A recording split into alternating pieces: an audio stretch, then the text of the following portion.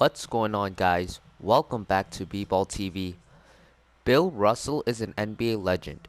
His legacy is built on a foundation of winning 11 championships in 13 playing seasons, making him the greatest winner in U.S. professional team sports history.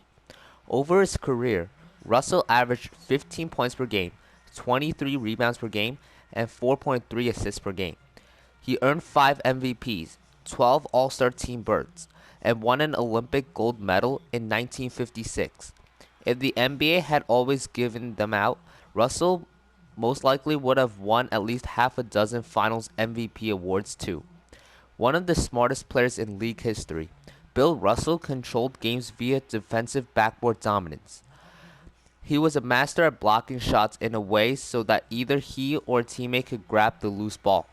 Along with stopping the opposing team from scoring, this ignited the Celtics' fast break offense. Much of the impact Russell had on the game was psychological. With all of the accolades, the Professional Basketball Writers Association of America declared Bill Russell to be the greatest player in the history of the NBA in 1980. While most people believe that Michael Jordan has since taken the title of greatest of all time, many still regard Bill Russell as both the second best player of all time and the greatest center ever. Yet, despite all of the accomplishments, Russell deserves neither of these titles. He may be the greatest winner in NBA history, but Bill Russell is also one of the league's most overrated players. The fairest way to rank NBA players is to consider their overall game, both offensively and defensively, championships won, and the ability to play in any era and still dominate. The best players can dominate both ends of the court and win multiple championships. Let's first talk about winning. No one can take away Russell's 11 rings, but are his 11 rings more impressive than Jordan's 6 or Magic Johnson's 5? A closer look proves that this isn't necessarily the case. Russell played in an era where there are fewer NBA teams, around 10 or so. While some may argue that each team had more concentrated talent, the level of talent does not compare to that of today's game. Whereas in the modern era, the NBA draws a larger pool of talent from around the country and internationally. Because of its high salaries, this was not the case back in the 1950s and 1960s. Salaries were small, so small that many players held second jobs during the off-season to support their families. In addition to having fewer teams, there were fewer playoff rounds, and the top teams like the Celtics often got first-round byes. Whereas Jordan and Magic had to win 15 playoff games to win a title, Russell played between 10 and 14 games to win each of his first 8 championships. By playing fewer postseason games, combined with shorter NBA seasons, this gives Russell a distinct advantage in durability over Jordan and Magic in accumulating wear and tear. Russell's teams were also stacked, with future Hall of Famers and All-Stars including John Havlicek, Bob Cousy, Sam Jones, Casey Jones, and Bill Sharman. The Celtics teams have far superior talent overall than any of the other teams during his era. And despite all of this talent, Boston barely beat the Lakers in 3 separate finals, each in 7 games. In 4 Game 7 wins against teams led by Wilt Chamberlain, Boston won by combined 9 points. When Boston finally met up with a team that was just as talented, a 1967 Philadelphia 76ers, the cast that included Wilt Chamberlain, Hal Greer, Chet Walker, and Billy Cunningham, the Celtics were unable to win. It is also arguable that it would be impossible for a team to win 8 titles in a row today. This is due to longer seasons, more travel requirements, longer playoff rounds, and rule changes that makes it nearly impossible to acquire the talent disparity enjoyed by Russell's Celtics teams. Even though Bill Russell remains one of the greatest winners, to put his winning automatically ahead of legends like Jordan and Magic may be a naive comparison. Now let's talk about Bill Russell's offensive game. At first glance, Bill Russell's offensive stats can be seen as mediocre. He didn't exactly dominate offensively, scoring 15 points per game while making 44% of his field goals and 56% of his free throws. One may make an argument that he played more of a team game and was not required to score as much with the cast of other All-Stars. Yet, careful analysis of his offensive game shows a different picture. It is difficult at best to compare different NBA eras, so let's look at some facts. During his first 8 years of During the first 8 years of Russell's career, the foul lane in the NBA was only 12 feet wide. After the NBA widened the lane to 16 feet in 1964, Bill Russell only averaged 13 points per game, hardly stellar numbers. Russell had incredible athletic ability and vertical leap, but he had an immense advantage over players of his eras, who were smaller, weaker, and less athletic than players today. When Wilt Chamberlain entered the NBA in 1960, there were only 4 players in the league that were taller than 6'8", including Wilt at 7'1" and Russell at 6'9". With all of the offensive rebounds Russell grabbed, his height advantage, and his athletic superiority over opposing players, he should have been able to score more dominantly. In today's game, going against taller and stronger players on a nightly basis, he would not have held these advantages. Lastly, let's consider the pace of the game.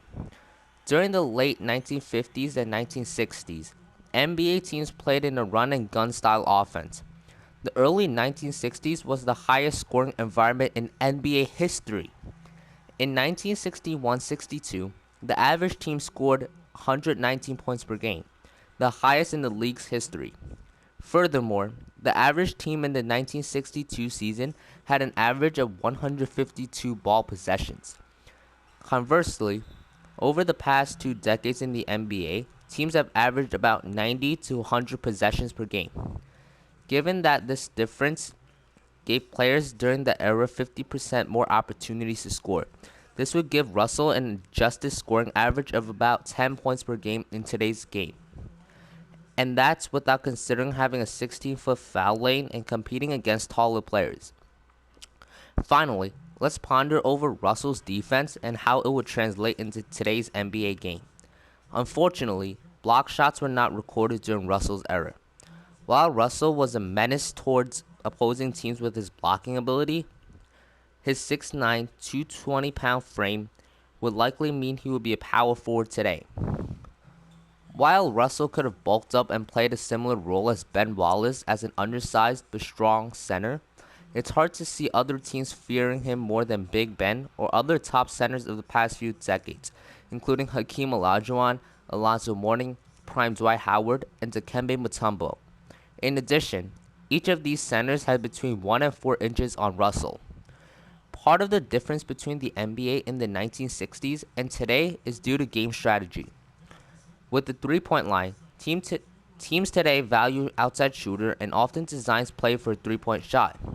In the early decades of the league, the whole purpose of each possession was to get a shot as close to the basket as possible. The main issue with this strategy is that centers like Russell and Chamberlain could roam the paint waiting for dozens of more shots to block and intimidate. Hence, the effect of a tall and athletic defensive center was greater over the course of a game. Wilt Chamberlain was recorded blocking 28 shots in a single game. It is doubtful that Wilt, Russell, or any player could come anywhere close to matching similar totals today. Without considering the height advantage compared to Olajuwon and Mutombo, I'll give Russell the benefit of the doubt by thinking he would have similar block totals today, about 3 blocks per game. The other area Russell dominated defensively was on the glass with his rebounding. His 23 rebounds per game average ranks second only to Wilt Chamberlain. Of the 24-40 rebound games in NBA history, Russell owns 8 of them. When the higher ball possession rate argument is factored in, one can clearly see how rebounding totals were inflated compared to today. More scoring possessions led to more rebound opportunities.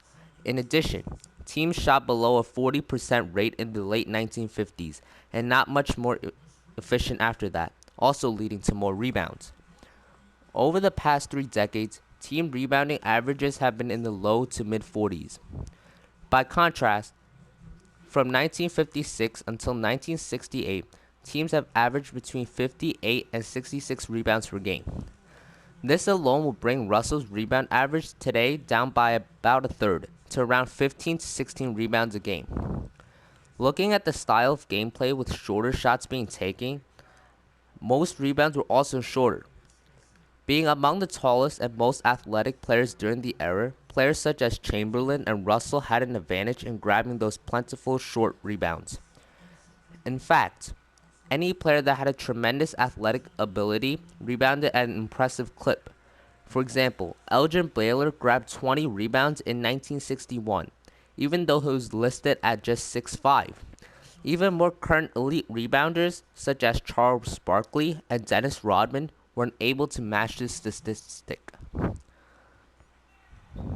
Rodman, for instance, was perhaps the best ever at positioning himself for rebounds and boxing out opponents.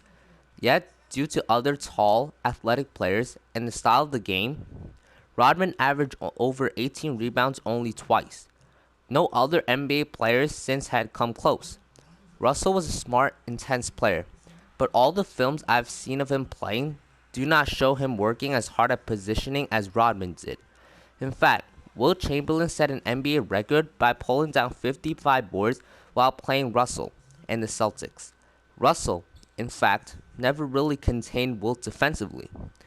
In the 142 games they played against each other, Wilt still averaged 29 points and 29 rebounds. Even though by an 88-74 count Russell's team won, much of that can be attributed to the superior talent and coaching of the Celtics. When adjusting for pace of the game and other players' ability, Russell's rebounding rate might be similar to the averages of other top players. I'll say around 12 to 13 per game. Bill Russell was a great winner, although he may not have won quite as much today. A dominant rebounder and defender and a strong-willed leader, Russell's legacy on the court is long-lasting. Using the greatest of all time standard that I proposed, Russell cannot be considered in the elite, because although he won multiple times and excelled at defense, he was not dominant offensively. Furthermore, if his game was translated into today, overall, Bill Russell would not have the same effect on the league. I applaud Russell for changing the way the game was played and overcoming much adversity throughout his career, including racism. However, in comparison to other NBA legends, I cannot fairly crown him as the second best player behind Jordan and the best NBA center. Leave your opinions down in the comment section below, and if you guys enjoyed this video, please give it a thumbs up, share it to your friends, and subscribe to the channel for more daily content. And until next time, peace out, guys.